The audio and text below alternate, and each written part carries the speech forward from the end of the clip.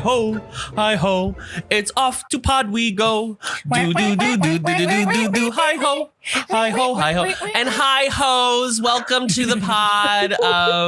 So eager to talk about this one today. I am your host of this podcast. My name is Adam. Welcome. What's your dwarf name? And my dwarf name is Stinky. You're stealing my closer by starting with this. Oh no. And that's all my name is. My name is just Adam as of the moment. So thank you for listening. Hello. Who else do we have today? Who else wants to chime in? No, nobody wants to go, and then we don't have to talk about it. Perfect. I'll go. I'm Molly. I am the primary host of this podcast. Yep. Correct. I'm Adam. I'm not and Adam. You're also Adam. I'm RJ. I'm the tertiary host of this podcast. RJ is thing two. Yeah, I thought RJ was going to go for like a different word for most important. Like I'm the main host or something. Molly's the cat in the hat, and me and RJ are thing one and thing two, respectively. Interesting. Is that a musical? Susical? Yes, it is a musical. Susical, in fact, I it's guess. very famous. But it's not Cat in the Hat. Yeah. It's not all cat in the hat, no. Welcome to the pod. This is SHOWGAYS, a cinemusical podcast where we will be discussing all types of musicals. And today is our Breaking the Seal. first fully animated musical, right? Because we did Nightmare. That's stop motion animation, but this is our first 2D. Oh yeah, Nightmare. I think so. So. Look at that. So here we are. We're doing it. We're talking about Snow White. And Adam the was Seven like, Dwarfs. "Let me do the original." If we're gonna do this, is there a new one? Is there another one? No, I'm not aware of any other. I'm not the original of anything. animated musical. Yes, exactly. Yes, the first feature the length first of the Disney film, first of right? its kind. Mhm. Yeah. How is everybody doing today? Molly, how are you? I'm good. Camp is over, so I'm very happy about that. Yay! Well, Susan Sontag died, so camp's been over. Camp is over. And also Camp is San Diego over. Unified resumed the school year. So blessings to those teachers. It is your problem now. Yeah. T. Tea. RJ? That's the tea. I'm doing okay. I'm having some honey chicken, some white rice, and some kimchi. Oh. We've been traveling all over the globe. Find kimchi. To find kimchi.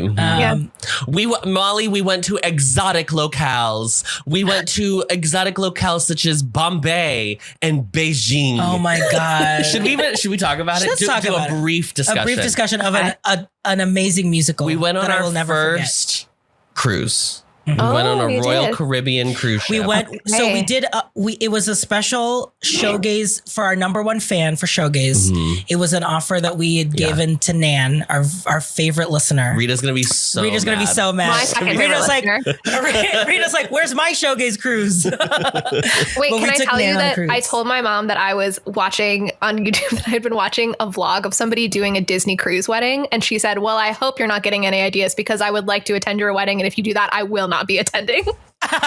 Amazing. Priorities in check. That's so funny. I forgot that you are like all in on Disney vlogging. Disney I'm sure we're going to get to it, but I think I may now be the biggest Disney fan on this podcast. It's so funny. But yes, we went on a cruise. We went on a Royal Caribbean cruise. It was a 3-night cruise. 2 of the nights they had original productions on the ship. Ooh. So the first production, it was just Mom and I went because RJ had a headache, so he stayed in the room and slept. But the first night was from West End to Broadway. Okay. And that was just a collection, a smattering of songs from, allegedly it was supposed to be, the idea was that it's supposed to be shows that started in London and then transferred to Broadway. Okay. As opposed to the opposite way. But then like the 4th song in that did not hold court anymore. So I don't know. It was fine. It was fascinating. There was no budget. They dressed Eponine in a plaid skirt. It was truly the craziest thing I've ever seen in my life. Okay. But that's whatever. Yeah. The real spectacle of the shows was the final night on our cruise. We saw City of Dreams, an original piece. With the Jewel of the Seas singers and dancers, 4 singers, 5 dancers, 6 dancers. And it was a a sweeping look at romance through different cities, starting with Atlantis, the Lost Empire. Okay. Then we move to Bombay. Then we move to Beijing, and then we end in Venice. And I'm going to let you know right now that not a single person of color that was representing those cultures. So traditional costuming. Okay, and there were people of color, but not put into accurate roles. Correct. So there were a couple black cast members, but there was not like there was no South Asian or East Asian. Here's our Indian friend. Just a bunch of white people. Okay. So it was truly one of the craziest things we've ever seen. I was like, oh, this is like literally what. This is what a lot of people still think is like what we should be doing. This is what I mean, like, I am not saying that Royal Caribbean is MAGA. That is not the implication of what I'm saying. But I'm saying that there is a feeling of like, well, this was all fine. We're celebrating these culture. Like it is the retort of being like, we're you know, it's cool. They're so the exoticism is cool. That's what's cool about it. Beijing is so exotic. Beijing, one of the largest cities. No one's ever been. No one's ever been to. No one's ever been. So we're just guessing about the vibes of what it seems like. Yeah. I felt like that the white woman performing Fighter by Christina Aguilera while ninjas. While she was fighting off ninjas in the Empress's palace. Yeah. That really I felt was revolutionary. Yeah. What pastiche, mama? Is that not postmodern? It's not. Correct. It was truly the wildest thing, and it was very fascinating because there were South Asian like people in the audience, and they were living for their life when they were doing the Bollywood numbers because they were singing actual Bollywood songs. Well, that's cool. Yeah. I think one song was like an actual Bollywood song, and the others were still just like regular pop songs that they did with like they remixed into like a Bollywood style element. So there are people that were living, and then when they went to Beijing, but I feel like I give them more of a pass with the Bollywood only because it felt like they were doing Bollywood. They weren't like this is India. They were like, this is Bollywood, baby.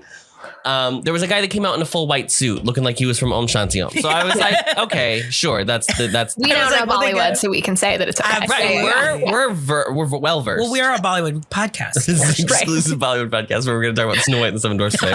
After we talk about City of Dreams, obviously. Yeah. But then the Taj Mahal looking thing goes off stage, and 4 of the dancers come out and they are carrying a Chinese dragon, and RJ and I both went, oh no, oh no. And I will say the 2 blonde people that sang a song from Miss Saigon to each other really sealed the deal. Really was. I just was letting it wash over me. Yeah, that's how I felt about it. You know, it's work, and that was nice. Not shade to the actors. Right. No, they were singing their asses off. But you know what? Nice work if you can get it, I guess. Yeah. And then when they went to Venice. And they went to Venice, and the first song they play is Masquerade from Les Mis. Famously, no, not Les Mis. Oh, Phantom. Sorry. Mm-hmm. Yeah, famously not set in Venice. Yeah. But they were doing like a commedia, kind of like everyone had masks on things. Yeah, so I was like, all right, Venice. It's a thing there. That's pastiche. That's pastiche, baby. That's postmodern. Do you guys want to tell us where you went on this cruise, or just about the productions? Oh, we just went on the boat. It was just the boat. Yeah, it was a big boat. Go we went to Royal's private island they have in the Bahamas, which is Coco Cay. Yeah. But we didn't like do any ports of call in any place. Yeah, you didn't want to spend any money to any local economies. You're against that, so correct. Yeah, correct. Yeah. We picked the smallest. I also found out on the cruise that I ran into somebody who I'd worked with at Disney, which was very funny and random. But she was like, yeah, apparently these are actually like really bad for the environment. And I was like, oh, good. I'm glad to hear it in the moment as I'm on the boat. Cool. So, yeah, you're welcome. Okay. I'm in my conservative era, honey. Yeah. We're all turning to fascism, baby. That's why we watched Snow White, the original Snow White, not the feminist Snow White. Yeah, not woke white. Snow woke. Oh no. Oh no. Oh no. Okay. We're going to talk about Snow White. Yeah. Anything in the mailbox? Nothing? Yes. There is an email called Dear Adam. Oh no. From Lucas. No. I thought you should know some very bad news from one movie gay to another. Richard Lawson has been let go by Vanity Fair. According to Variety, the magazine will cease film criticism altogether under their new corporate leadership. What? I hate... Does Condé Nast own Variety? Who owns Variety? I do not know. It's Lucas says, I know you often cite Richard's incredible reviews for SHOWGAYS, and I hope you will continue to do so. Penske Media Corporation. Oh, the Rolling Stone. But you said Variety or Vanity Fair? Vanity Fair, right? Oh, Vanity Fair. I'm sorry. Vanity Fair. Which Variety I think it is reported that Vanity Fair let Condé Nast, Vanity Fair. Condé Nast. Condé Nast is... Oh, it is Condé Nast. Yeah, that's confirmed because then Lucas linked to the article about it. And it says Condé Nast. And then Lucas said, "Hi, Molly. Hi, RJ." the email's not to us, but he just wanted to acknowledge us. Damn. Yeah. So that's sad. Well, that's a bummer. It's a bummer. But I'm sure some other publication will snap him up because he's very good at what he does. So, okay, well, this week I had to come up with a summary of 1937's Snow White and the Seven Dwarfs with an F. Yes, yes, with F's, yes. Yeah. Oh, that was a slur reference. Oh dear. And my minute starts now. The evil queen, obsessed with vanity, every day asks a magic mirror who the fairest in the land is. One day the mirror responds with the name of the princess, Snow White. The evil queen tasks the huntsman to kill her, but due to Snow White's innocence, he can't bring himself to do it. Snow White flees to the woods, stumbles upon the dwarf's cottage, and proceeds to clean it with the help of animal friends who take up residence there. The dwarfs, after working all day in the jewel mines, are skeptical at first, but come to adore Snow White. Upon realizing that Snow White is still not dead, the evil queen disguises herself using magic to look like a hag with a poisoned apple. Upon biting it, Snow White falls into a deep sleep, and the dwarfs chase the queen up a cliff, whereupon she falls to her untimely demise. A prince Snow White had fallen in love with before the adventure began finds her body in the woods and kisses her one last time, but wakes her up instead and takes her to live happily ever after. I put this... Okay, so I found a website where you can like put in text and it'll tell you about how long it takes to read out loud. Yeah. That said it was going to take 1 minute and 27 seconds, and that was under a minute. So I think I read faster than this. They didn't measure gay speed. They didn't think about gay speed. I always, anytime Google Maps tells me an estimate of how long it'll take me to walk, I know it'll be less than that. Oh, 100%. Yeah. Okay, so I'm going to start with my relationship to Snow White and the Seven Dwarfs. This is, first of all, this was my grandma's favorite movie. She saw it in the theaters as like a kid. That's cool. When I would go over to this, honestly, this might be the animated feature I've seen more than any of the others from the canon, because this is the only one my grandparents had. So whenever I was over there, I always watched it. And like, I was like, I haven't watched this in literal years, probably since college. But I was watching this and I could like recite lines from it. Like that's how well it's like embedded in my bones. Snow White's not my favorite princess. Sorry, that would be Aurora. Thank you so much. She could never be her. But I do have quite a soft spot for this movie. And yeah, when my grandma was really ill before she passed, I like went to the parks because that was when we still lived in Florida, and I got like a video message from Snow White to my grandma wishing her to do well. Sweet. And sent it to her. So yeah, I mean, I like this movie. RJ, Snow White. Snow White. I have heard of her. I don't think I had seen the movie like all the way through until this time. I've seen parts of it like through I'm sorry. You worked at Walt Disney World and you had never seen Snow White all the way through? Yeah. Yeah, there's no like requirement to watch things, Molly. It just seems like you would have done that at some point. Honestly, we did try to like watch a bunch. I remember when before we first Disney moved. Plus, it was actually way harder to watch stuff. That's true. That is true. Like they did have a deal with Netflix for a while, but it would be like sporadic. It would be very like Disney Vault. I mean, the Disney Vault of it all, of like limited releases and re-releases. A physical copy of it, basically. Yeah. Because I watched a little bit of We were watching some video essay about it of like, yeah, they had to like work out deals of like with stores and like when it was re-releasing, like, and you only had a specific amount of like Snow White was time. like the last movie when they were moving to like release everything for home media. It was like the last one that they held off on releasing because they were like, it's too important. So I think I just remembered watching clips of it whenever it was on like Disney Channel or like ABC Family or whatever, like, on cable, like flipping through. But I knew the songs.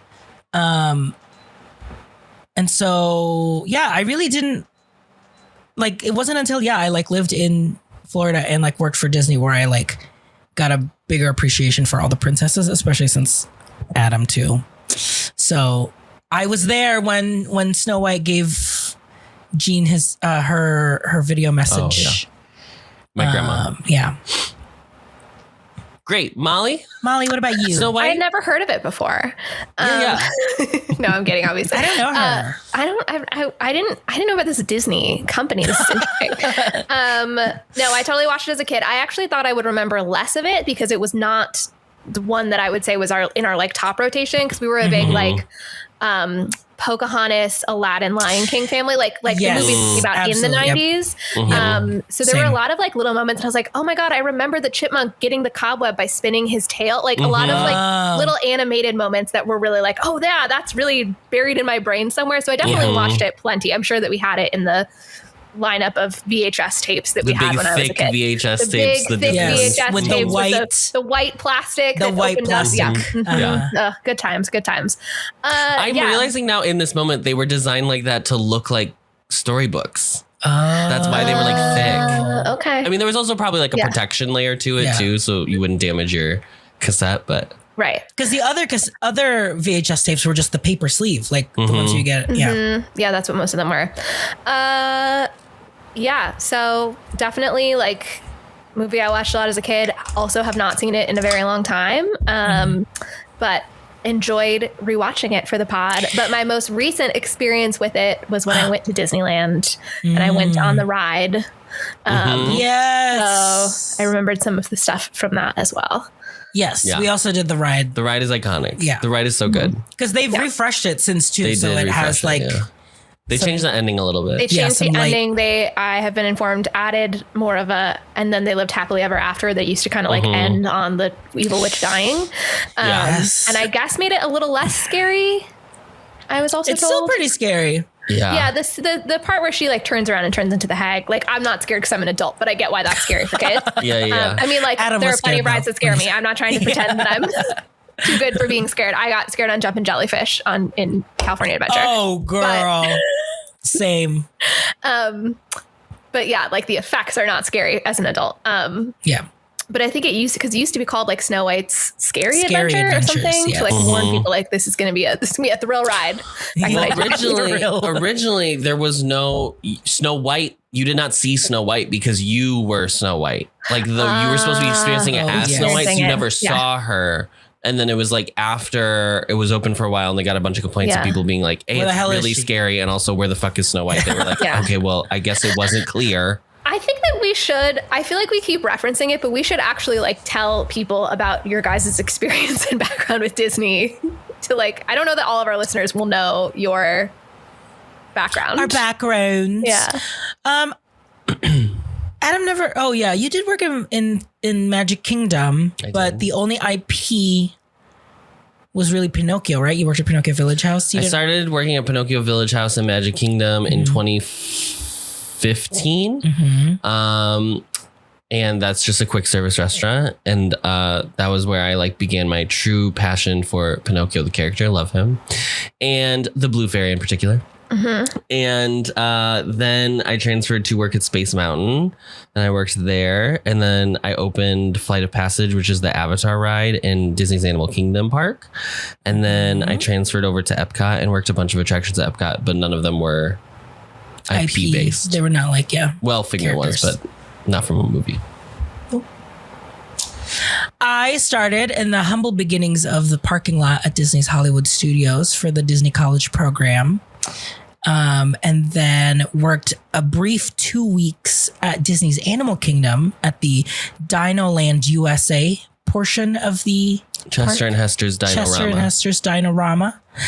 but was quickly moved to help open the Trader Sam's Grog Grotto, which is a tiki bar at the Polynesian Resort. While I was there, I had applied to an internship at Walt Disney Imagineering and got it. So I was an intern helping with opening Epcot attraction. So I was helping the new Soarin' ride open when they changed from Soarin' over California to Soarin' over the world. And then stayed in Epcot, was an associate producer for them with festivals and a bunch of creative services, which is basically like the in-house creative team. So I helped with like restaurants and stuff. It's very strange now thinking about like, because we would like visit, I think we visited this year and it was like, wow, it feels truly like a lifetime ago that we were here and this is what we did. Yeah. I was very much a different person when I worked there. It's very weird. Still the same, I would say, like energy, passion, but just now applied to different avenues. Ventures. So you guys worked there for about 5 years, right? Yeah, up until the panorama. 7. So yeah, you guys worked there for 7 years. I, on the other hand, have never worked for a Walt Disney company and grew up watching Disney movies, but not like particularly invested in them. Right. But my fiance does love Disneyland because he grew up going there. And so he's taken me there several times in the last 6 months or so. Wow. So I have now been to more Disney parks than I anticipated going to as an adult. And we may end up going to one on our honeymoon TBD. Yes. Yay. As part of the experience, not as the full experience. Where? Paris. Yeah. That's what we did. That's what we did. Did you really? Okay. Mm-hmm. Yeah. That was back when I got in for free. So yeah. That was nice. Okay, that makes sense. Yeah. I would say that I do not feel that I am a Disney adult. I do not own ears. I do not Disney bound. I think I have a normal relationship with Disney movies, but I appreciate the theme parks as great theme parks. Would be how I would classify myself. I'm guessing you two do not identify as Disney adults now, but let me know if I'm wrong. No, I don't think I would classify myself as a Disney adult. I'm sure there are others who would classify me as one, but I do not put that moniker. I do not wear that label for myself. Okay. I think you just still have a lot of knowledge and history just from being there. I have a real appreciation for like the craftsmanship and like the artistry that goes into like making everything, especially like on the theme park side. Yeah. Like I just think it's really impressive.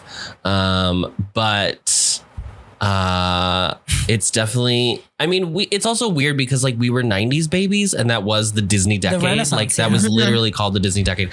They boomed so crazy during the 90s that it's very hard for like any child in America that was born in the like early 90s to have some Disney goodwill toward that era because it was like so iconic. Every movie was good.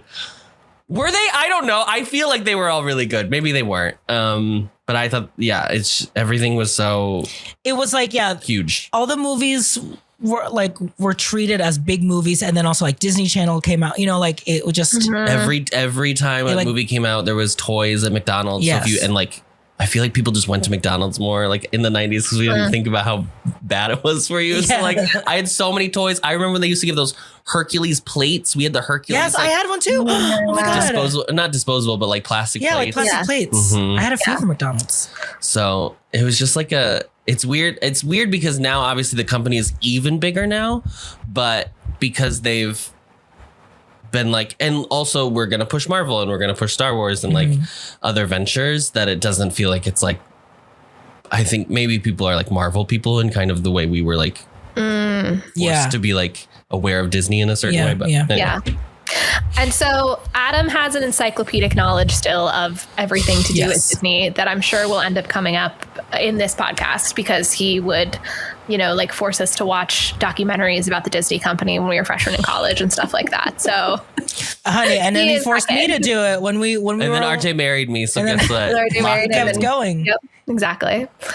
Yeah. Yeah. Okay, let's talk about Snow White. So the first Snow White story, Snow White the movie is based on the Brothers Grimm version. There is kind of like similar fairy tales that come from different places around the world. I'm going to just focus on the Grimm Brothers version. The The main differences from this original story that came out in 1812 and they refined it into the finalized version in like the 1840s is that the stepmom was originally her actual mom. Also, the period of time in which the fairy tale takes place is much longer than in the film. In the film, it feels like it's like 3 days, maybe 3 months by the end, because there's like you see like winter go into spring, and that's when he kisses her. But like she's 7 in the original fairy tale. Okay. So that's cool. Also, like, and she's way creepier for it to be her biological mom. Just so crazy. Yeah, so crazy. And also, when the huntsman doesn't kill her, he doesn't bring back a pig's heart. He brings back the liver and lungs of a boar, I believe. Okay.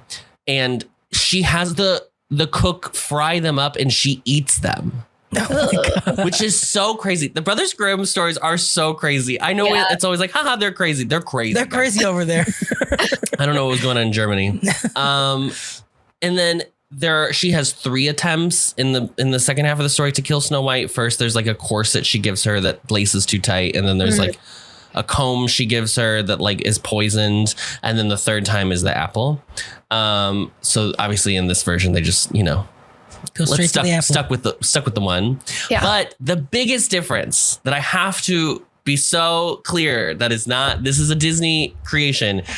The Brothers Grimm version does not end in True Love's kiss. The Brothers Grimm version ends with her being moved while she's like in slumber, basically.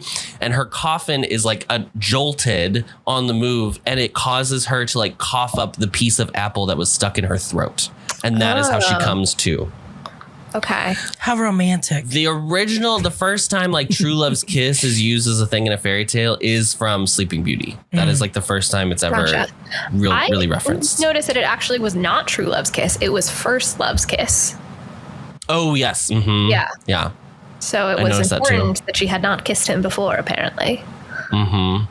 And maybe she'll have other loves down the line. Who knows? Maybe she's, she's going to leave him after a couple weeks. Charming is just a stepping stone boyfriend for her.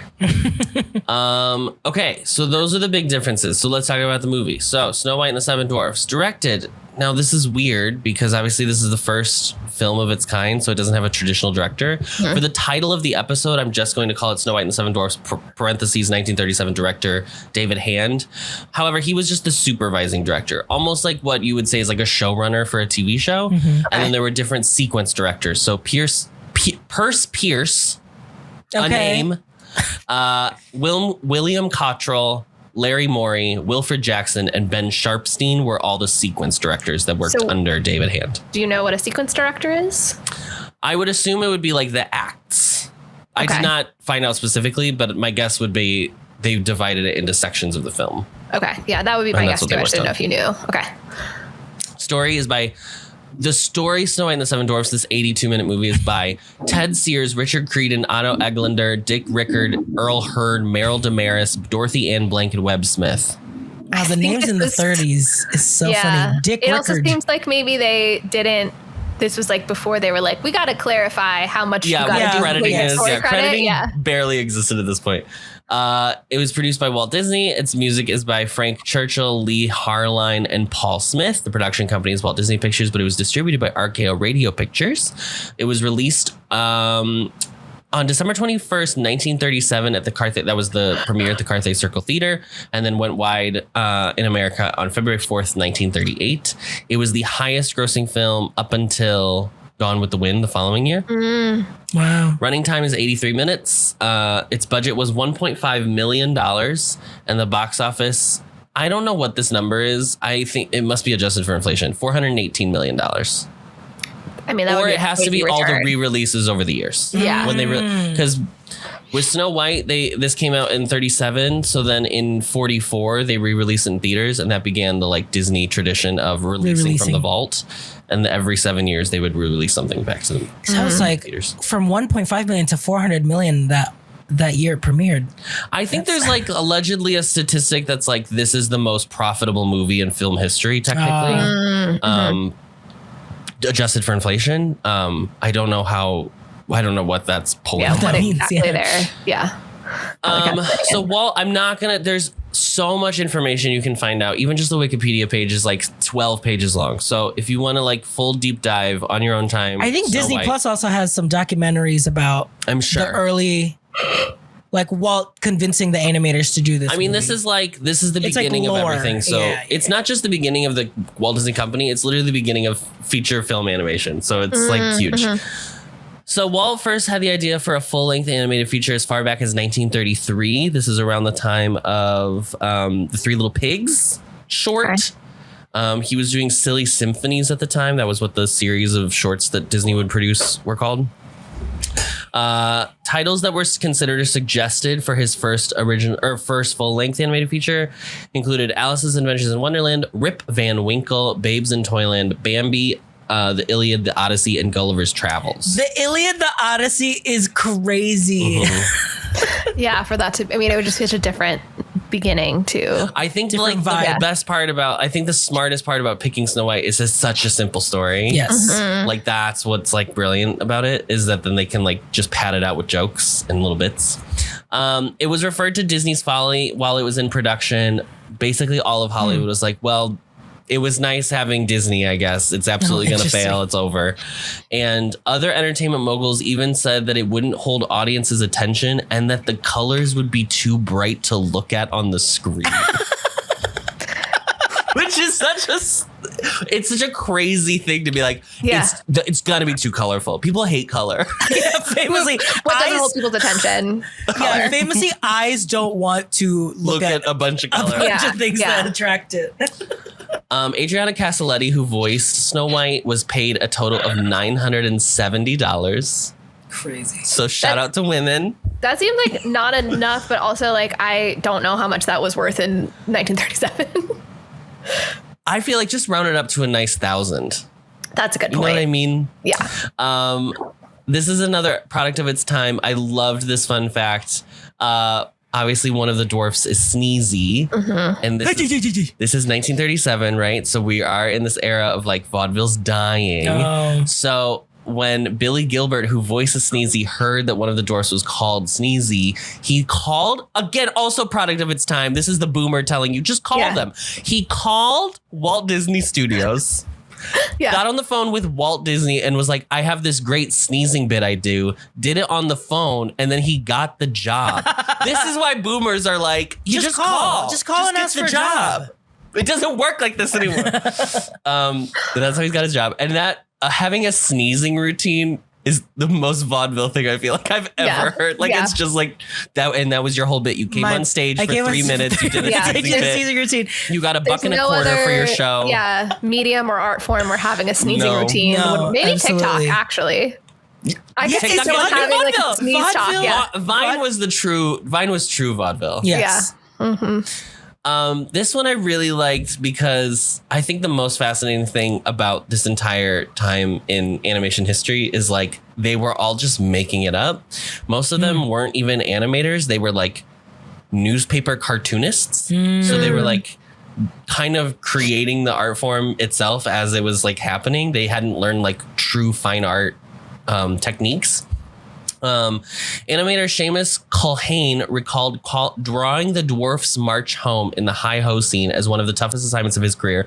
Although 6 of the dwarfs were marching at the same tempo, he had to give each his own body language suited to the character, and he had to map each individual walk with a blue pencil and ruler because of the unusual angles and perspectives used in the sequence. Then there was Dopey bringing up the rear, hopping out of step with the others, but who still had to be smoothly integrated into the action.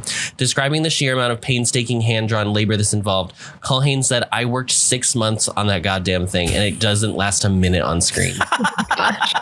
Wow. It's so crazy. We talked about like the insanity of like animation when we did the Nightmare Before Christmas episode. But it's like a very similar thing where it's like a week's worth of work is like 10 seconds long. Like that's what you did. It's crazy. That's really all I had for like fun facts before we start.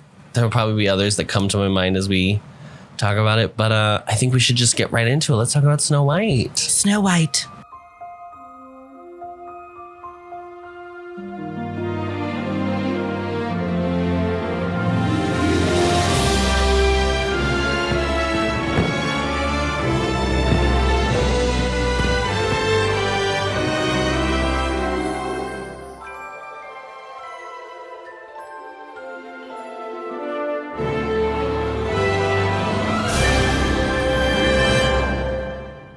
Now, Molly, as the non-Disney person in the group, what's your hot take about Snow White? What's your feminist take about Snow White? I think it's fine. She sucks, right? I want to catch her in a trap. No, I mean, so like, yeah, is it like how every woman should be represented? No, she's very passive. She loves domestic tasks. She walks in this house and she's like, I know, I'll clean it for them. I think people make too big a deal out of the kiss thing. Like, it's obviously, if you take it as a big metaphor for consent, yeah, it's bad, but like, it's fine. She had met him before. There was clearly mutual attraction. He's trying to save her life. I think it's okay. I think it's okay. So I think that people have made that more symbolic than it needs to be. Certainly, I agree with the feel of a lot of the classic princesses had too passive of storylines, that there was a lot of events happening to them rather than them having agency and going out and getting the thing that they wanted. I feel that a lot of the Renaissance Disney and more modern films kind of solved that, and that the girl boss remakes are like not adding much to feminism. The girl boss remakes aren't solving feminism. They're not solving feminism. Creating equality between the sexes. Wow. Who'd have thought? I have not seen any of them. I've only heard people discuss that. So I guess I shouldn't really speak as if I have authority on the topic of the remakes, but this is my understanding of how it's portrayed. Yeah, I would say Cinderella, Jeff Bezos' Cinderella, which I feel like is in the same vein. Yeah. It's in I'm going to assume it's in a similar vein to the Disney remakes. Oh my God, listeners! Molly's gone. Molly just disappeared right off the screen. That was so scary. The feminists got Molly. They got her. They took her down. The Disney just snatched her right off this call. Oh wow! Yeah, the girl bosses got her. This is what happened. Got you, girl. Yeah, come at me, girl bosses. I'm not afraid of you. I'm marrying a man. I am not afraid of you. I'm getting married to a man, so I don't need feminism anymore.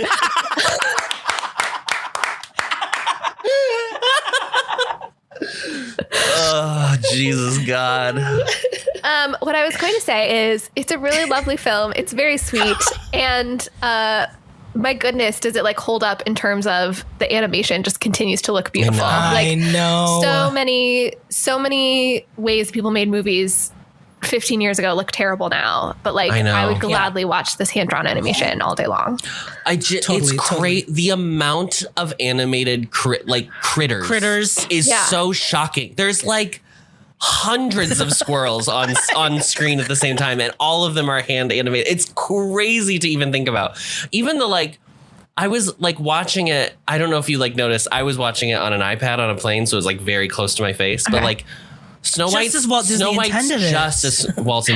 Snow White's cheeks have like the ink and paint girls in the ink and paint department figured out a way to put rouge on a Q-tip and add rouge to her cheeks to give her blush. And it's just the quality of the it's not.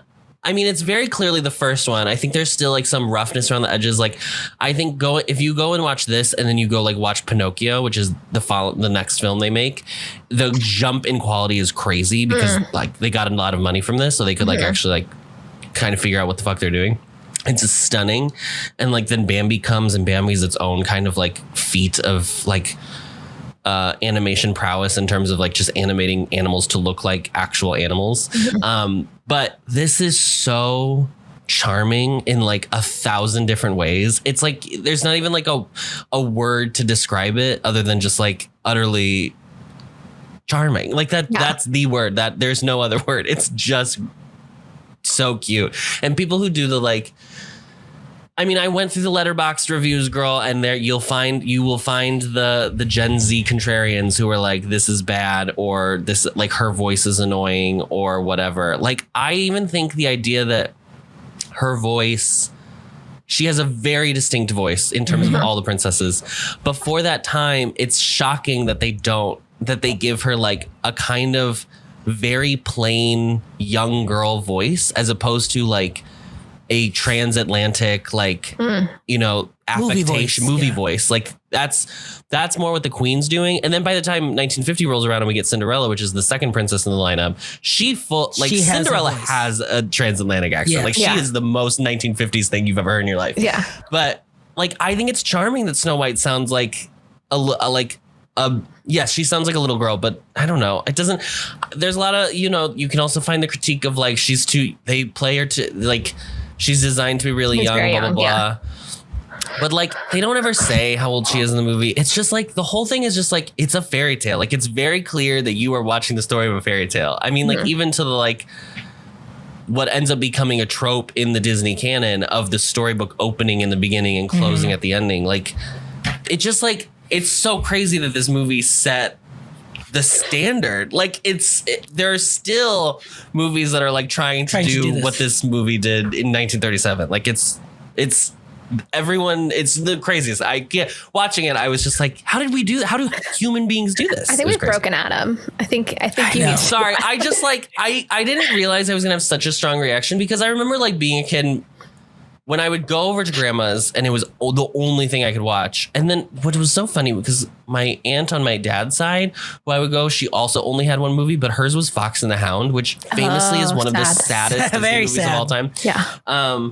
So that was like, I always was like, oh, there's nothing to watch. Like I have to watch Snow White again, blah, blah, blah. Not that I didn't like it, but I was like, it's this, like, you know, is it whatever. If it's not your favorite as a kid, if it's not the one you do want to watch over and over and over until you wear the VHS out, you're like, So I was like, going back to this movie, I was like, oh, it's going to be fine. It's going to be perfectly charming or whatever. But I was like, the dwarfs are funny. Like I was actually laughing at bits. Yeah. There's so much physical comedy in this. So much. And there was like this famous thing of Walt would, if somebody had an idea for a visual gag in the film, he would like pay them a bonus of $5. And so that's why there's so many in this movie. It's just chock full of like stupid, dumb bits that are just cartoon bits because like everyone was just trying to get a little bonus. But it make like the Dopey swallowing the bar of soap. The bar of soap. Yeah. I remember like laughing as a kid about that. I remember him hiccuping the soap bubbles. I had such a visceral like reaction to that as a child. Like I was like, oh no, the soap going in his mouth. I remember. And then I would like imagine what it would be like to have soap in your mouth. Yeah. I mean, it's so funny. I'm not critiquing the movie. It's I remembered it so well. Yeah. RJ, thoughts on Snow White? No, I agree. I think the animation is such like a feat in the movie. There were so many moments where I was like, I could tell this will one day inspire this animated sequence in the many movies that it's like inspired afterwards. Like, especially the critters, like a lot of Disney movies have like animals, obviously, and like how animals are animated and a lot of chasing. Like even from like when we watch Bedknobs and Broomsticks, like the whole soccer sequence, I was like, I feel like I'm watching like the cleaning them like cleaning. Whistle while you work. Yeah. Well, no, the dwarfs cleaning themselves up for dinner. Oh yeah. I was like, I feel like I'm watching like what inspired these like long animated sequences in the movies that has come afterwards of just like, let's watch this person try to do this task, you know, but it never drags. And I don't know if it's partially that because it was so laborious, they were like, we will not be putting a second in here that deserves to be on screen. But like, there are extended animated sequences, but I'm never sitting there being like, okay, I got it. The squirrels are cleaning the house. Like, let's get to the next scene. Yeah. It's always there's a point to every single This has sequence. to be like the best paced old movie we've ever watched. Yeah. Like I truly was like, there is not a moment of this film where I'm like, oh, this needs to be cut. This like we constantly talk about how like, oh, if we could just do a trim of all the excess space between like shots or whatever, like all these movies would be so much better. I don't even think you have to do that with this. Obviously, yes, it's 83 minutes long, so there's not a ton to cut anyway, but like the plot is so scant in this, and yet there's no point where you're like, oh, can we just get back to what we need to do? Because like everything is placed so perfectly in interims that it's like we do a bit of plot and then we go have fun, and then we do a bit of plot, we go have fun, but without feeling like it's a Dora the Explorer episode where you're like, I have to go to the 3 places. I will say the one exception to that a little bit for me, and I remember also feeling this dragged as a kid, is when she's playing the song with the dwarves and they're just like dancing. Oh, I'm forgetting the what silly song. But they're like silly, the very German. They're like dancing. Dopey's on top of the that one to me is a little like, okay, we're literally just having a dance. Like, well then, I mean, that's just a tavern song, honey. It's a tavern song. That's true. But it's a musical. I think I might not be a big tavern song person. I gotta admit that. Yeah, I feel like I usually don't like them as much as I. There is no overture, Molly. No overtures, no taverns. No overtures. I like. Yeah. I do think like for me, the moment when I did, I agree, the silly song, but then also a little bit of the like cleaning before dinner of like, but like, because we were still like, this is our first real bit of seeing the dwarfs like individually, getting to like know them, getting to know them. It's like, I think it ended up, the payoff was good. I also think the movie, it starts with so dark with the queen that and then like the whole forest running away. That she actually asks to kill, like, you have to kill her. Like I thought it was like, as we were coming up to it, I was like, oh, it's gonna be like she implies it, so it's like not ever said. And like when the heart box thing happens, like there's no heart that's shown, like you just see the box, but she she asked for her damn heart in a box. That's the highest stakes possible. Snow White is going to die in this movie. Like there is no ifs, ands, or buts about it. It's crazy. Yeah. But it is nice then, like after all of that, when she is finally in the woods and sees the cottage, like you are able to breathe a little bit and you just get to see her like have fun, which is really sweet. Yeah. I was gonna say, it's funny that they are so explicit about killing her, because then they do what becomes the classic Disney move of like the villain causes their own death rather than the heroes killing the villain. Yes. So like in that area, it's like they've already started to be like, hey, well, this is for children. We can't have it be too much. But she's like, because I think bring me her heart in a box. I think in the she is a villain. In the Grimm version, I think what ends up happening is they go, like, she wakes up, she goes and marries the prince. The queen asks the mirror again, who's the fairest in the land. The mirror now says the wife of the prince. So she goes to the kingdom to figure out who she is and sees that it's Snow White. And then Snow White tells the prince, like, oh, that's my stepmother who like abused me, basically. And so the prince makes her wear like hot like coals in her feet, and she has to dance until she dies. It's like insane. God. It's bonk again. What was going on in Germany? the German folktales, man. The German folktales truly are like, we have to scare our children in order for them to behave. Yeah, the children know that the world is I had forgotten like how the hag dies. I always just thought that like, after she takes after she transforms, she gives the apple or whatever. I've magic wishing apple. I thought I had just like forgotten how she dies. So it was kind of a shock when it was like, oh, the critters get the dwarfs. The dwarfs do chase her, and then when she like falls in her own demise, the vultures like eat her. Yeah. I thought as soon as the vulture showed up, I was like, oh, I remember the vultures. Yeah, the vultures are always so creepy in a great way. I always thought the vultures were going to like, because they felt very like Flotsam Jetsam. I thought they were like going to like also attack Snow White or whatever. I didn't realize they were following her until the very end. She's like one of the only villains that doesn't have like henchmen. Like technically the huntsman is her henchman, but he doesn't even do his job. Do it. He's not effective. She has a crow to like react to her a little bit, but that's it. Also kind of insane that when she realizes that the huntsman didn't kill him, she doesn't like go kill him. She's like, well, guess we'll resort to magic. I got a male Instacart shopper, so I shouldn't be too surprised that he didn't get what I wanted. My God, I sub Snow White's heart for a pig's substitutions. Man, okay, wait, what did I want to talk about? Should we listen to a song? Yeah, sure. Do we want to start from the beginning, or is there a specific song you're thinking of you want to listen to? We can start wherever you want. Well, Molly already brought up the cleaning, so I think obviously we should listen to Whistle While You Work. Just whistle while you work,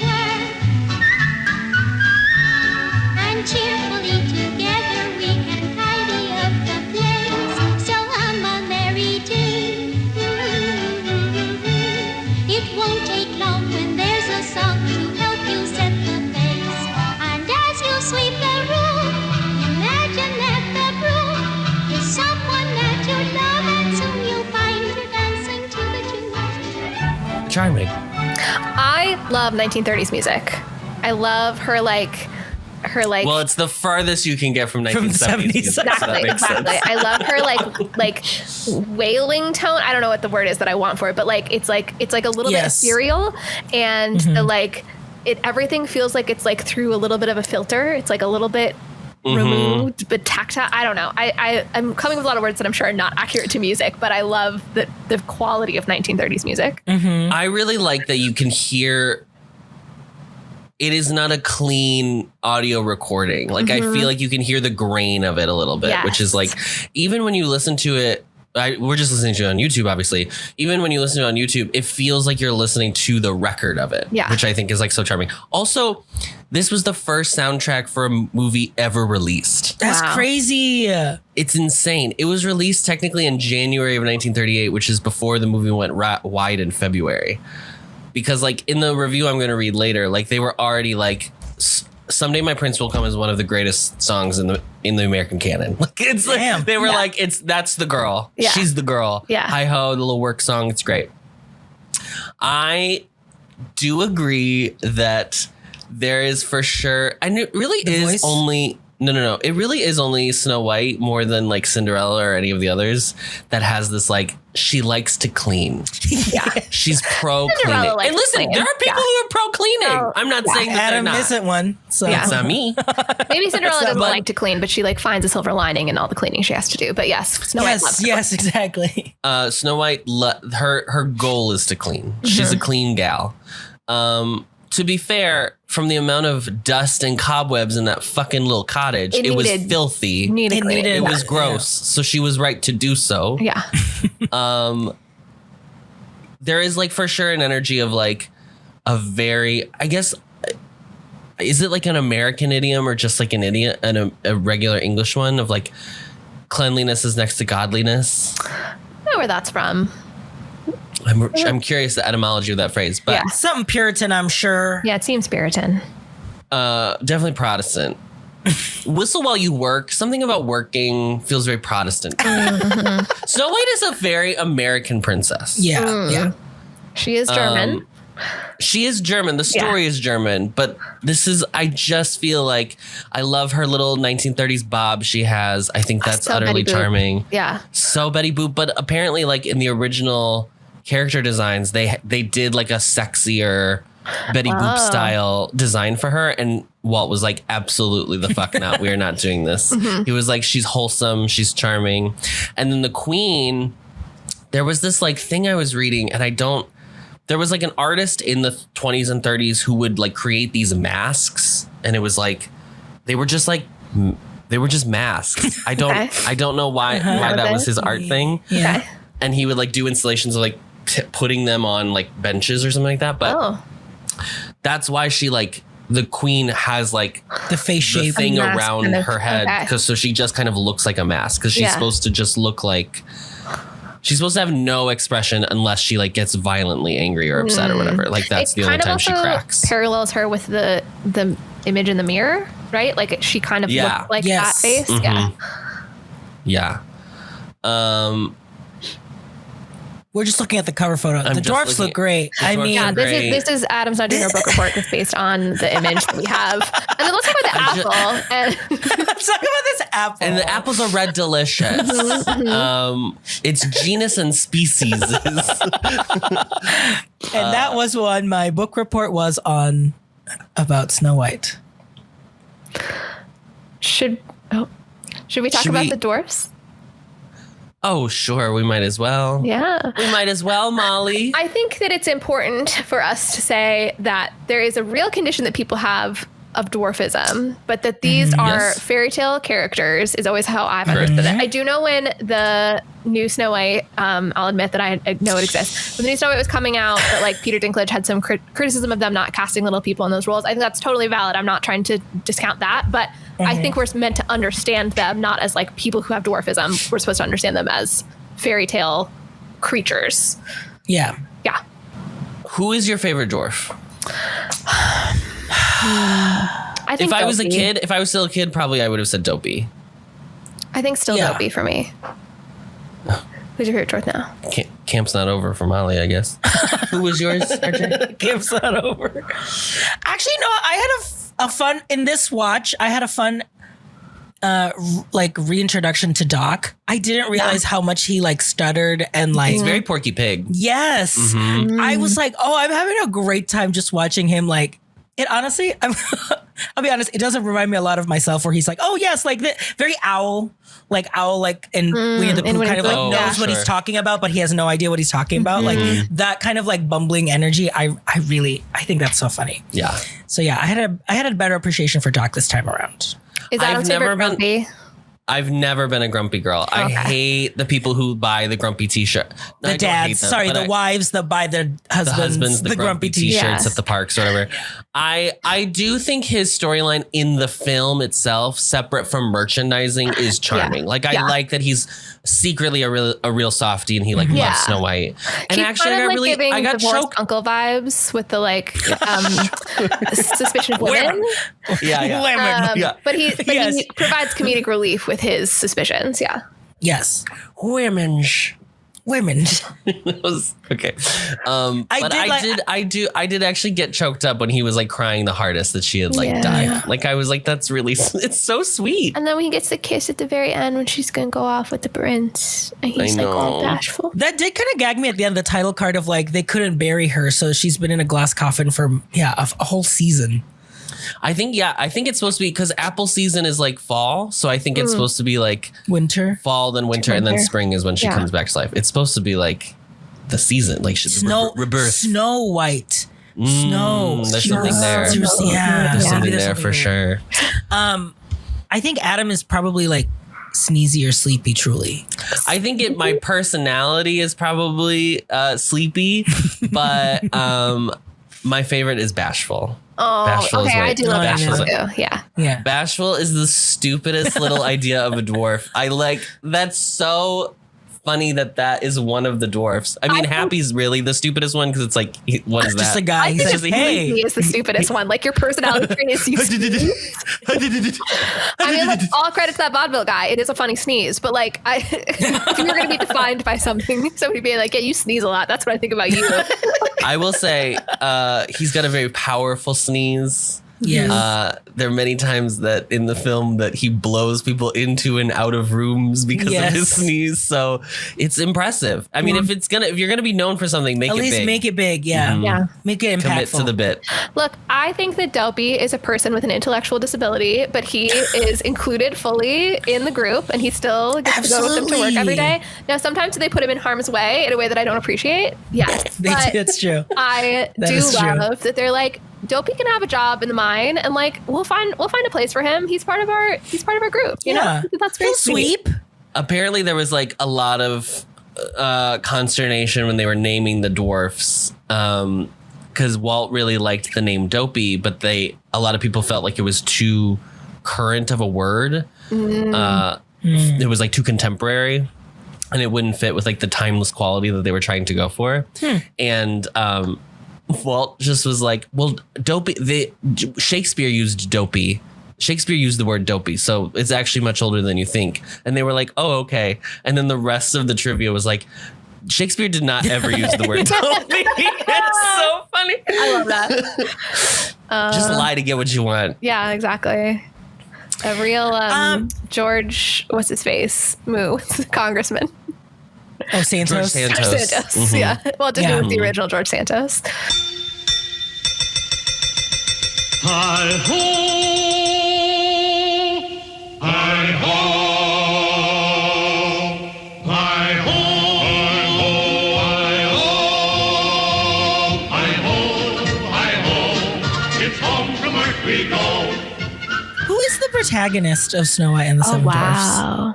I was thinking about this the entire movie. I think it's the Dwarfs Collective as like one character. Who changes the most? I think technically Grumpy changes the most. Yeah. Character wise. Because you don't even feel like Snow White learned a lesson of being like, don't trust everybody you've ever met.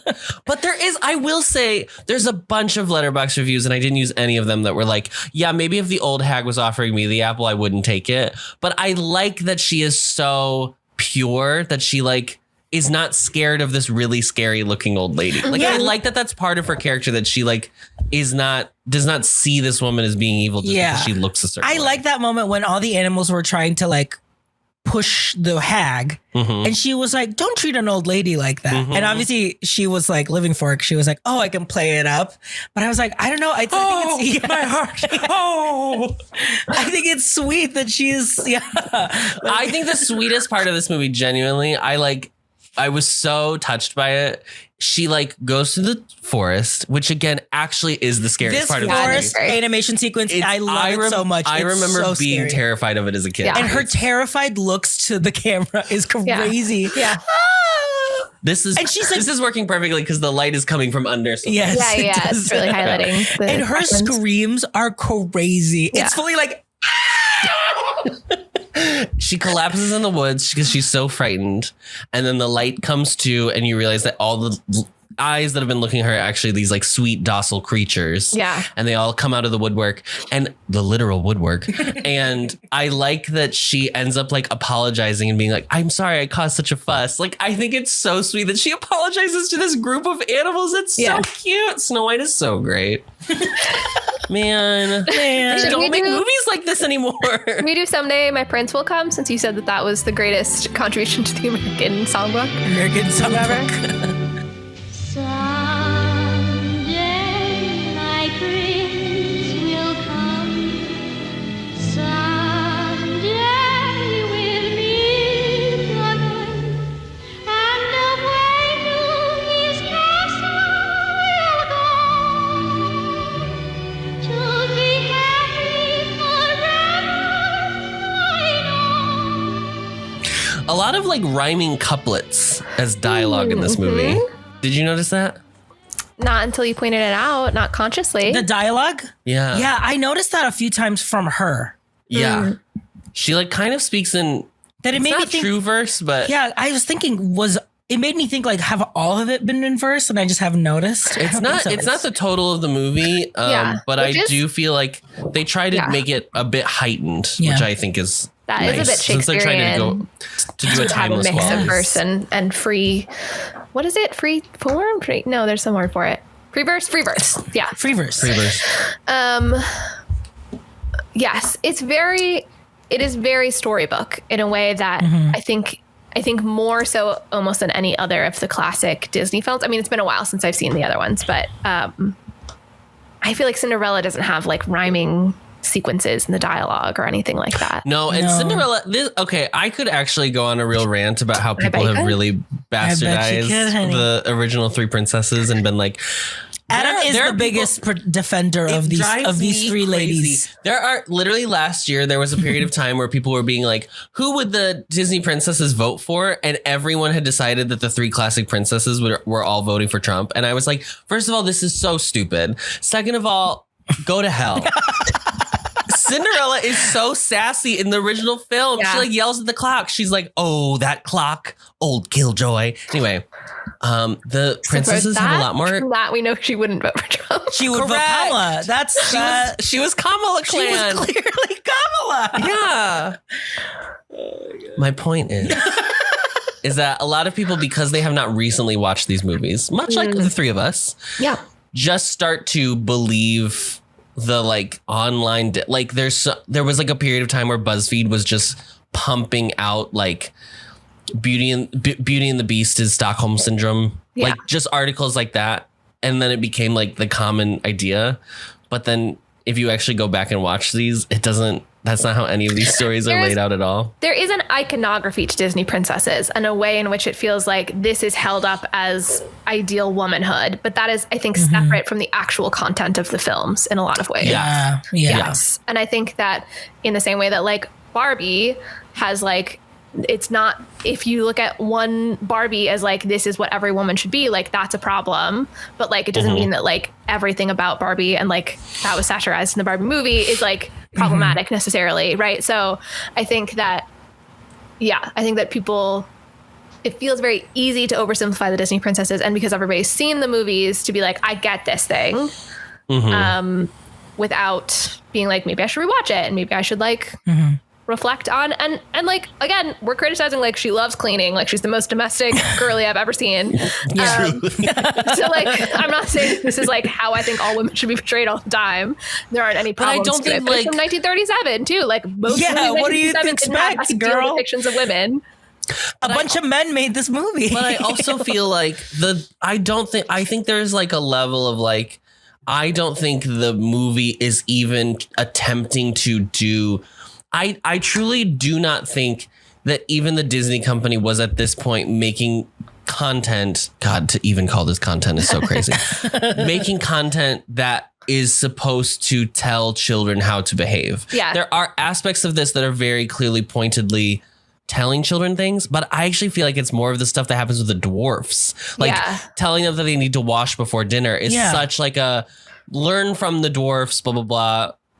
And like, obviously post the Spanish flu and the teens, there was like a big push in like across the globe to like wash your hands after like using the bathroom and like before dinner and stuff like that. So it makes sense that I like included it in this movie, but I don't think it doesn't feel like when you're watching the movie that you are supposed to be like, oh, I am a girl. Like it's saying to girls, maybe I'm being completely naive and that's what is going on. And I'm just being a man about it. I think there's just the media literacy part of it too, of like, I think now people expect that like a thing that we watch is, it has to tell me a story, but then also tell me what I'm supposed to believe. You know what I mean? Like all the messages have to be clear and concise and they all work together. Yeah. And I think the point we're making is like, no one made this film being like, I'm going to define American womanhood. Like that was nobody's goal. No. Their goal was just to make the movie. Their goal was to get knows if we can do this $5 to animate,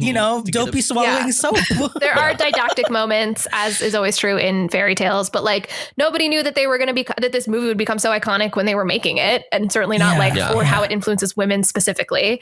And that the point of representation is to have a variety of things. And like I said earlier, that a lot of the early princesses didn't have a lot of agency in their stories. And I'm really glad that that's been discussed and that's something we're changing about how women's stories are told.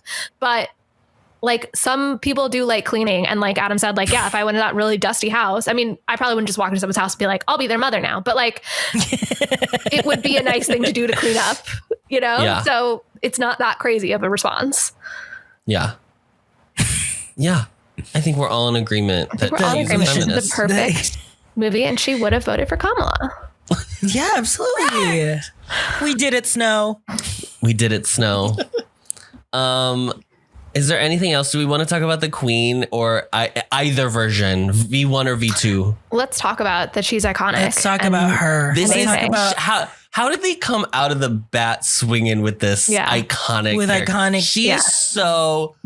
First of all, she is a drag queen. It's actually crazy that she looks like that. Well, it's interesting because like full contour. The idea, the idea of drag being like we're like hyper accentuating femininity, like they kind of did that. Like they're hyper accentuating like what it means to be like regal and like a queen. And then what if she was evil as well?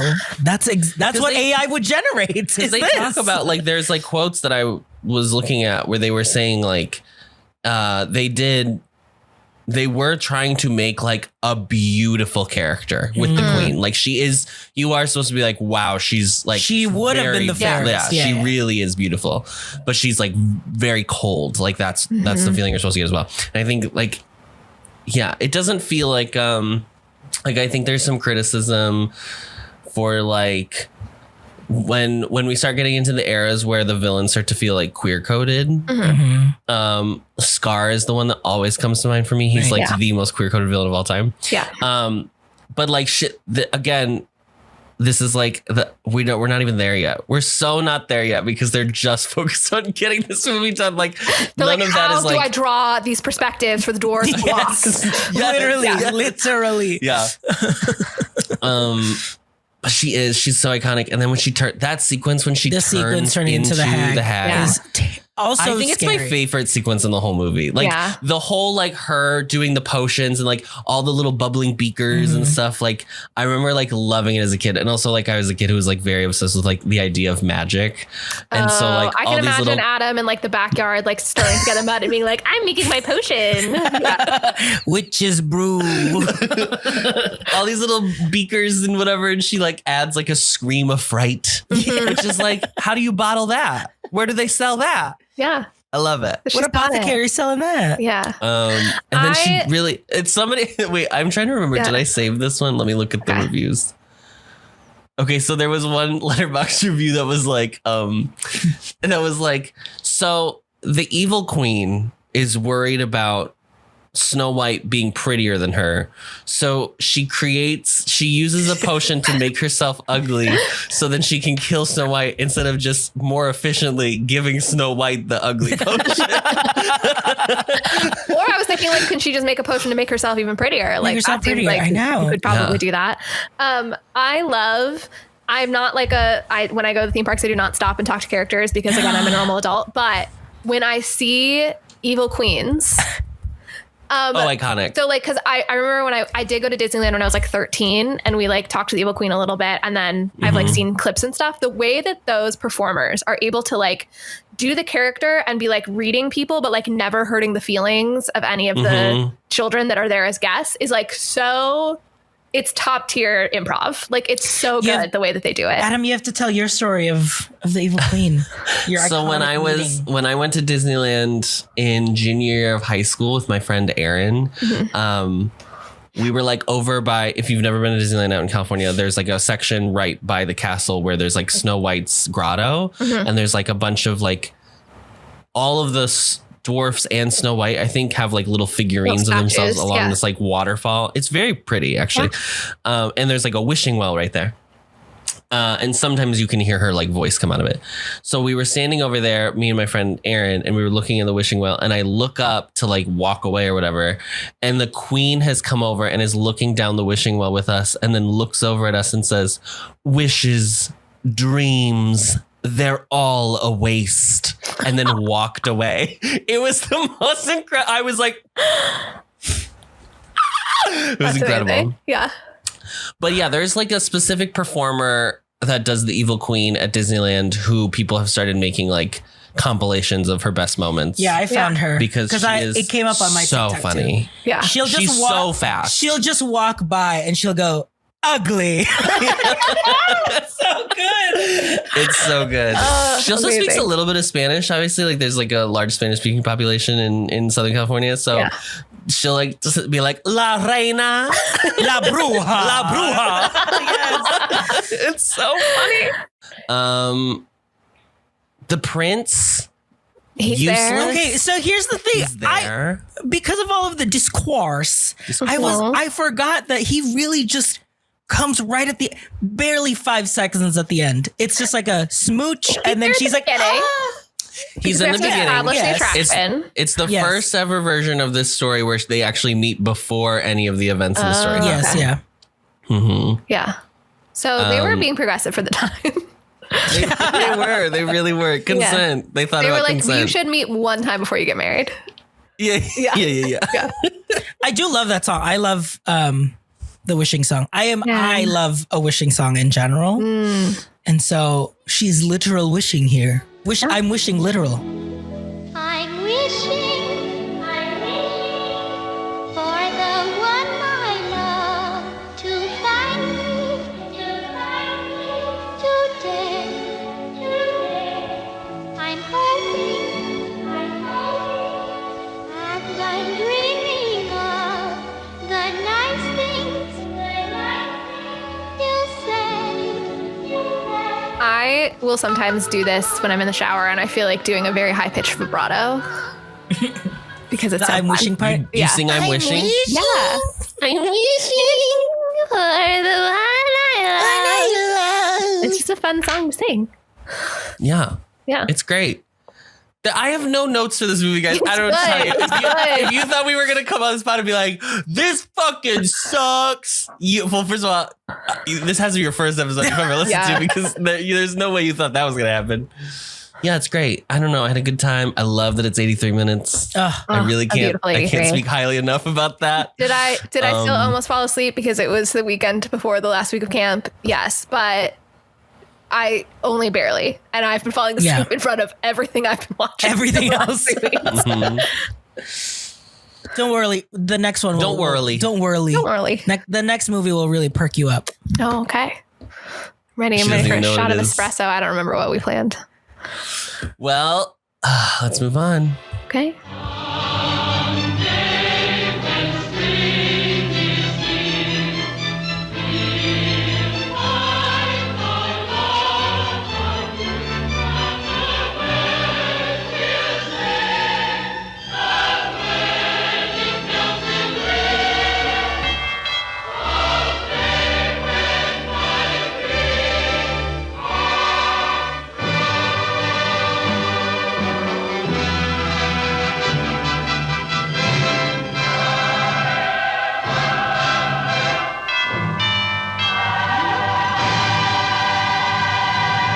Have a full 1937 original review from the Chicago Tribune. Primary sources, Adam. Wow. I had to. It was one of those where it was like a picture of the like article, so I had to like type it all out.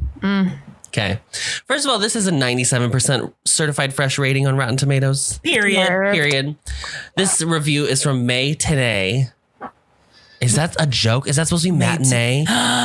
Adam, is that like a drag name? Yes, it's a pen name. It's a pen name. Someone has to go by May today. There has to be a drag name. Because it's probably just a staff writer. Yeah, it's a staff writer. Yeah, having whatever, right? Okay.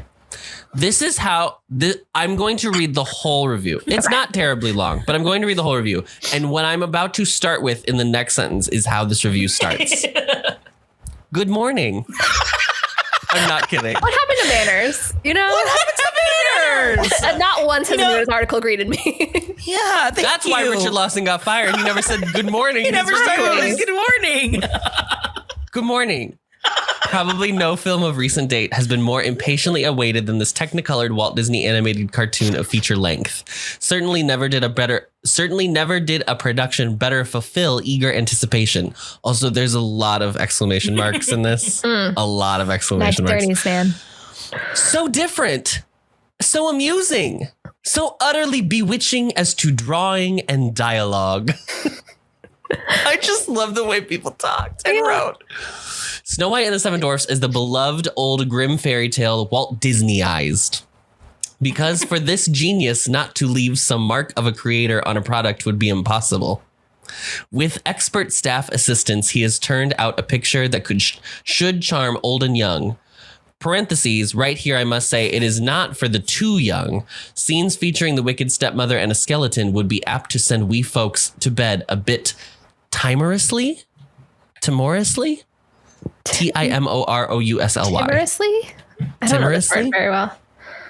Okay. From the moment dear little Snow White sings her song at the wishing well, which she does on her first appearance, the audience is held entranced.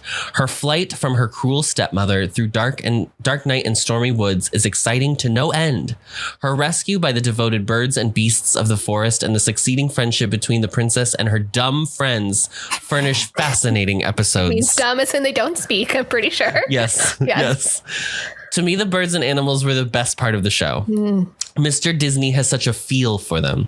He causes them to do familiar, characteristic things in so human a manner. And we who have beloved pets know how true to life he really makes his creatures. How you will laugh at the Papa and Mama Bluebirds and the infant prodigy. So sweet. And at the rabbits. And if a tear doesn't soften the smile in your eye as you contemplate a certain bit between a doe and her fawn, I'll be surprised. It's bit in quotation marks because she's coining this term. She's coining this term for the first time in this article. Yeah, this is the origin of the word bit. Yeah. Thank you, May. Thank you, May, today. The dwarfs are a circus. The prince is handsome. Snow White is a maid of charm, appeal, and initiative.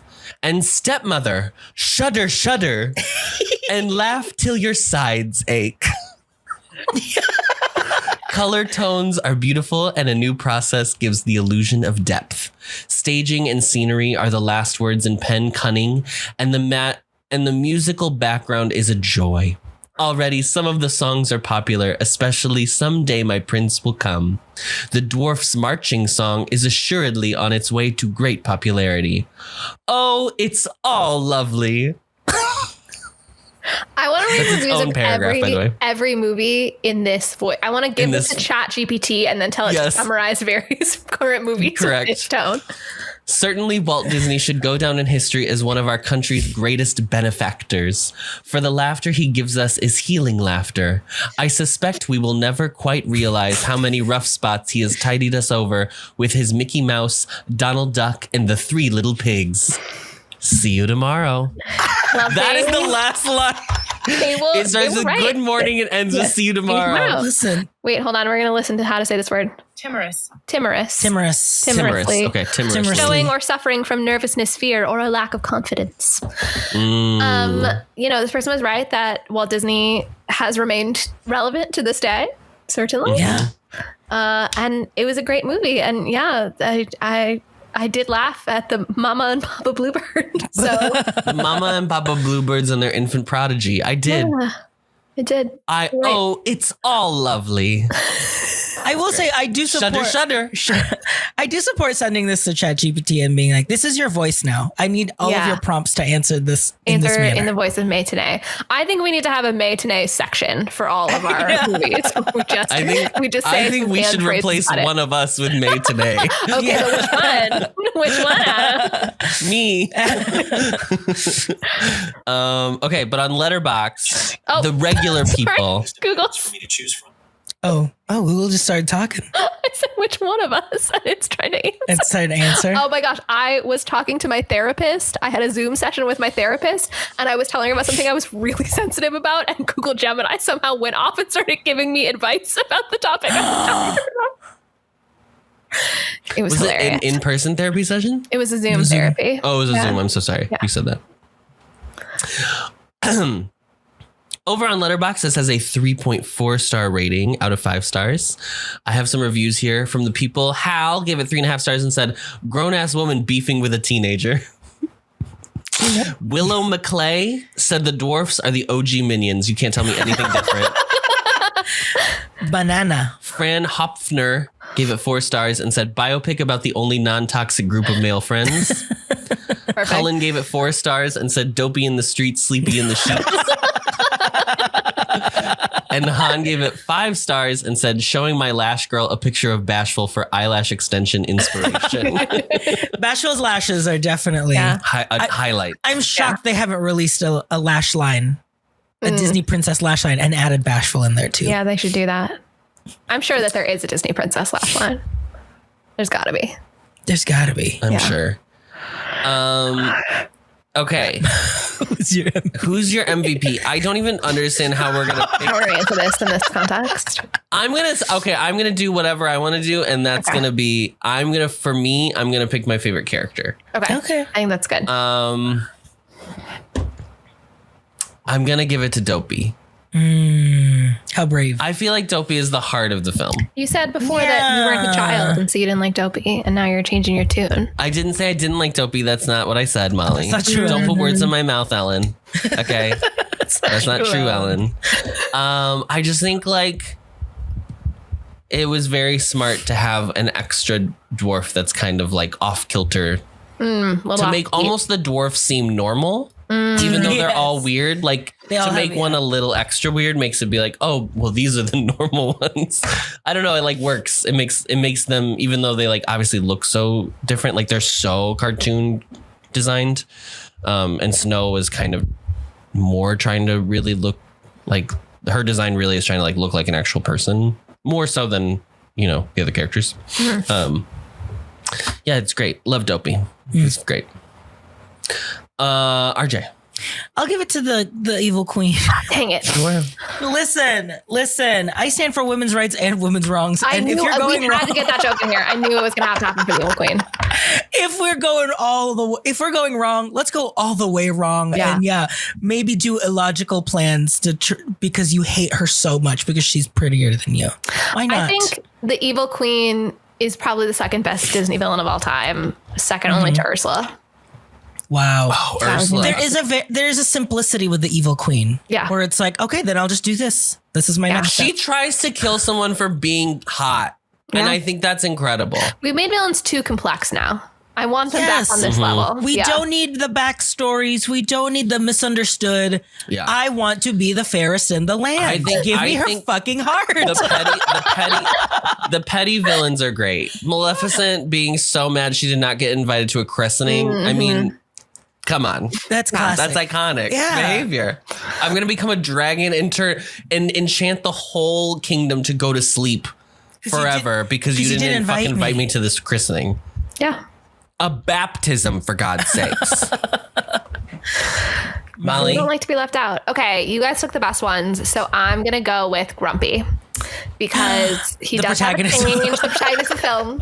He does have a change. I think that I think he also gives the dwarves a lot to work with. That we needed to have the reluctant one in there for it to be absolutely for there to be anything happening really in the whole sequence of her winning them over. And I love it when they pull him into that bath and scrub him head to toe. I think it's really funny. I know. And I mean the overextended animated sequences of the dwarfs like going to work. And like Dopey coming back to like get another kiss from Snow White. And then when Grumpy gets the kiss and he's like, yeah, so good. He's a cute little guy. He's a softie underneath it all. And dang it if I don't love a character like that. So I'm going to give it to Grumpy. Amazing. Great. Molly, what's your closer? The closer is obviously give your co-host a dwarf name. So are each of us going to give someone one? Each of us different names? So like each of us will end up with two different names? I think we all pick one person. We all have one person that we assign one to. Okay. Yeah. Do you want me to tell us who you're picking, or do we want to just do it organically on who has the first idea? Who has a good idea about one of the others? And then we'll go from there. I didn't think about it, as I always do. Anytime I write the closer, it means I haven't thought about what I'm going to answer. Great. I think mine's like hungry or something like that. It's not. You're not picking for you. No, I know. I'm offering it for you guys. We're not interested in your offers.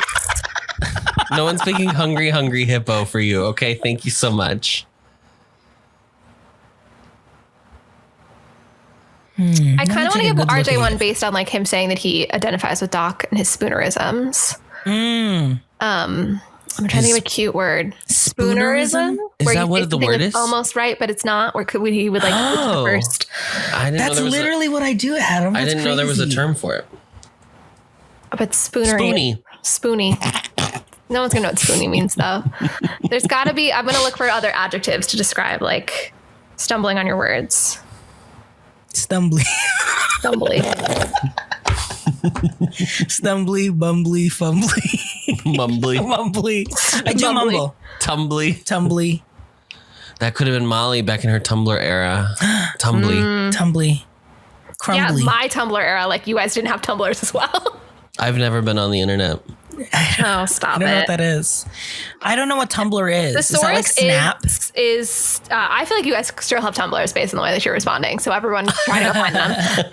Something that the source suggested was Crumbly, which I do feel like maybe is a good one for RJ. It kind of combines the hunger and the stumbling over your words. I like that. Thank you. Okay, you're Crumbly. And I'm Crumbly. We have a voice, so we gotta... I just like never fully explained what we mean by that. Yeah. Is it that you like crumble cookies? Is that... Love. Yeah. He's just always got the pink box of crumble cookies with him. Okay, I'll do Adam. It's stinky, right? It's not stinky. I will kill you. Smelly? No. I'm doing this over Zoom, so I can't comment on this at all. If that's what RJ says, I can't argue with him. Gassy? Being red right now. Let me see. Let me take a good look at you. Let me see. The thing is, you would be dopey. You think that's my personality? Is dopey?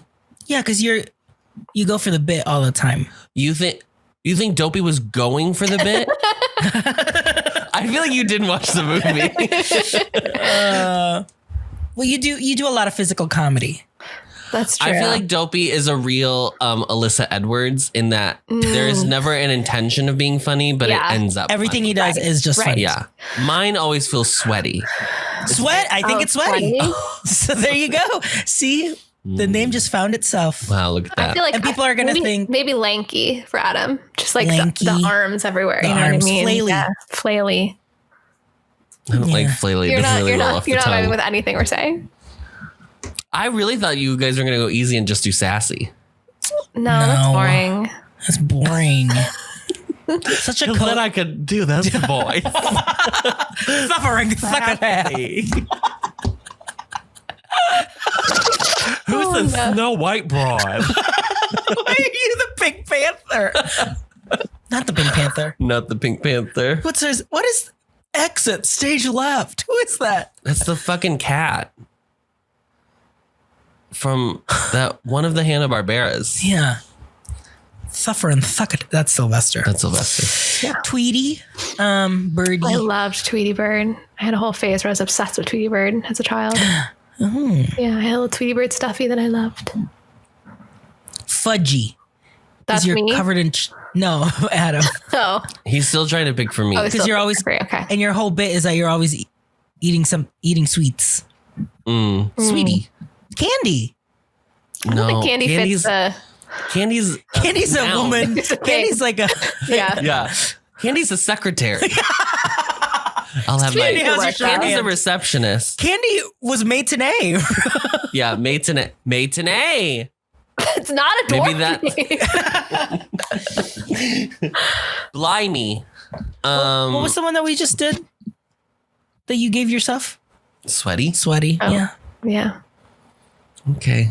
Wow. Because people will think Snow White will think it's because you're sweaty, but it's actually because you're sweatily trying. We're really heading into a Smurfs territory. Is really what this is starting to feel like, where all the Smurfs are like descriptors of of them personally. Well, I've never seen the Smurfs.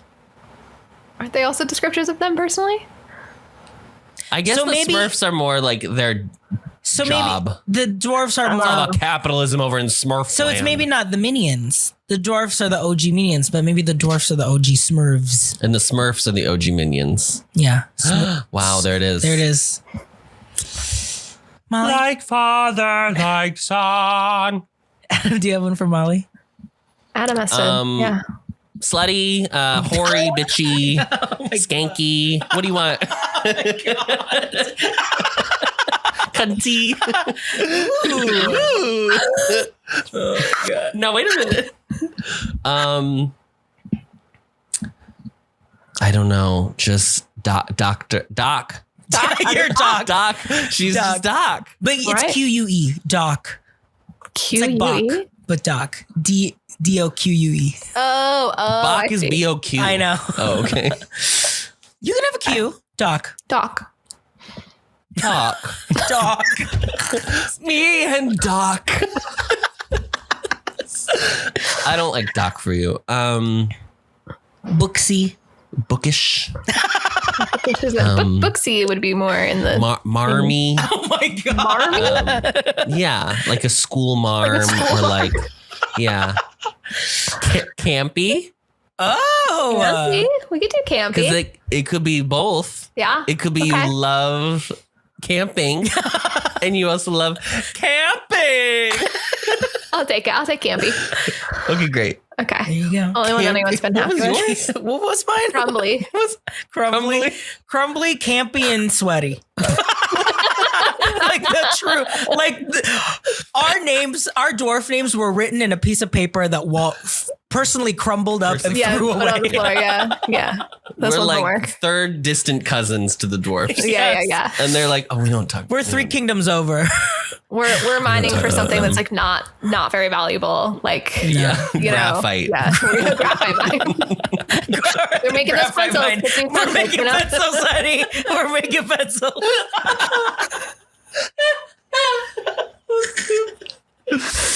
Well, what an amazing, What a trip what a trip back in down time. memory lane. Yeah. Well, thanks for joining us. Yeah. Next, Molly, do you remember? You don't remember No. what's next on the docket? I never look at the document after we write it. Well, it's going to be a tough watch. I'll say that. A tough watch. It's going to be Joker Folie à Deux. Oh, I forgot that we actually picked that one. Yep. Okay. So listen, we love Gaga. Mm-hmm. We love Gaga. We love Stephanie Germanotta. Yes. And others who are in this film. I've been told by the whole internet that it's a musical. So that better be accurate. That is what I have been told That's as well. what I've been told as well. And you know what? Yeah. We'll figure it out. And RJ's a big Harley Quinn fan. She's Harley Quinn, right? Yes. I've never seen the first one. Have you guys seen the first one? Yeah, I saw you parts. saw parts. Adam I watched the whole thing, and it was not for me. I will go in contextless. I mean, I have some sense of it from just internet discourse, but I know who the know. Joker is as like a character. I do know who the Joker is. Yes. Okay. Well, maybe you heard of Batman. Yeah, Batman. I'm familiar. Batman. Robin Batman. Robin Batman. Maybe you could do a movie night, a date night with you and your fiance. Yeah, I would be curious to see how Andrew would. To whom you're affianced.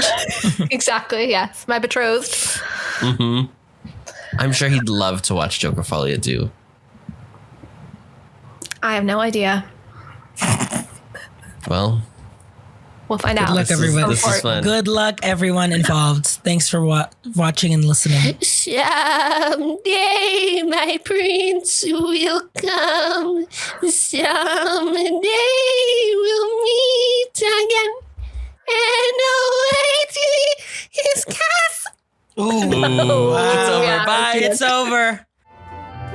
Thank you for listening to Showgaze, a Cine Musical podcast. This episode was edited and mixed by Adam Noecker. This has been an Ampliverse production.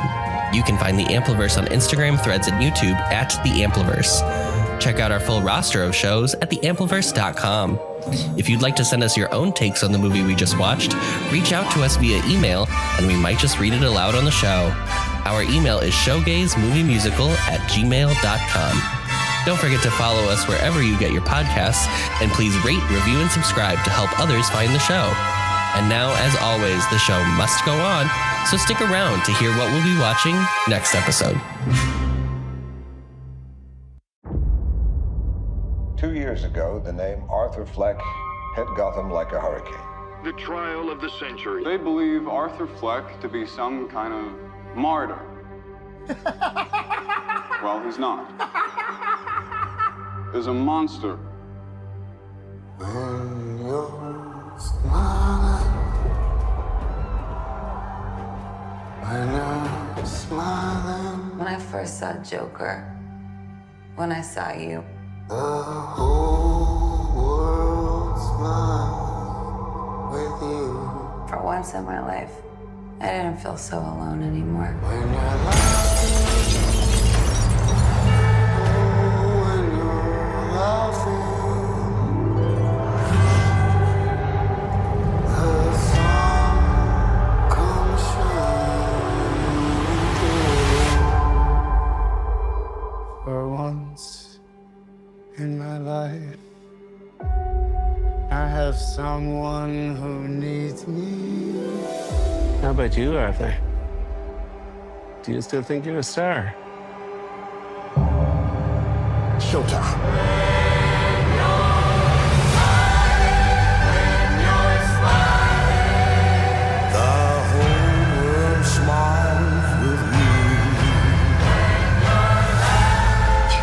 Anything you want.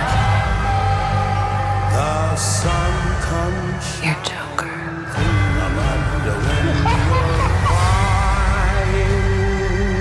Look around. Look at all these people. I will no longer allow any of you So stop your sighing. to keep me down. Be happy again. I got the sneaking suspicion that we're not giving the people what they want. It's okay, baby. Let's give the people what they want.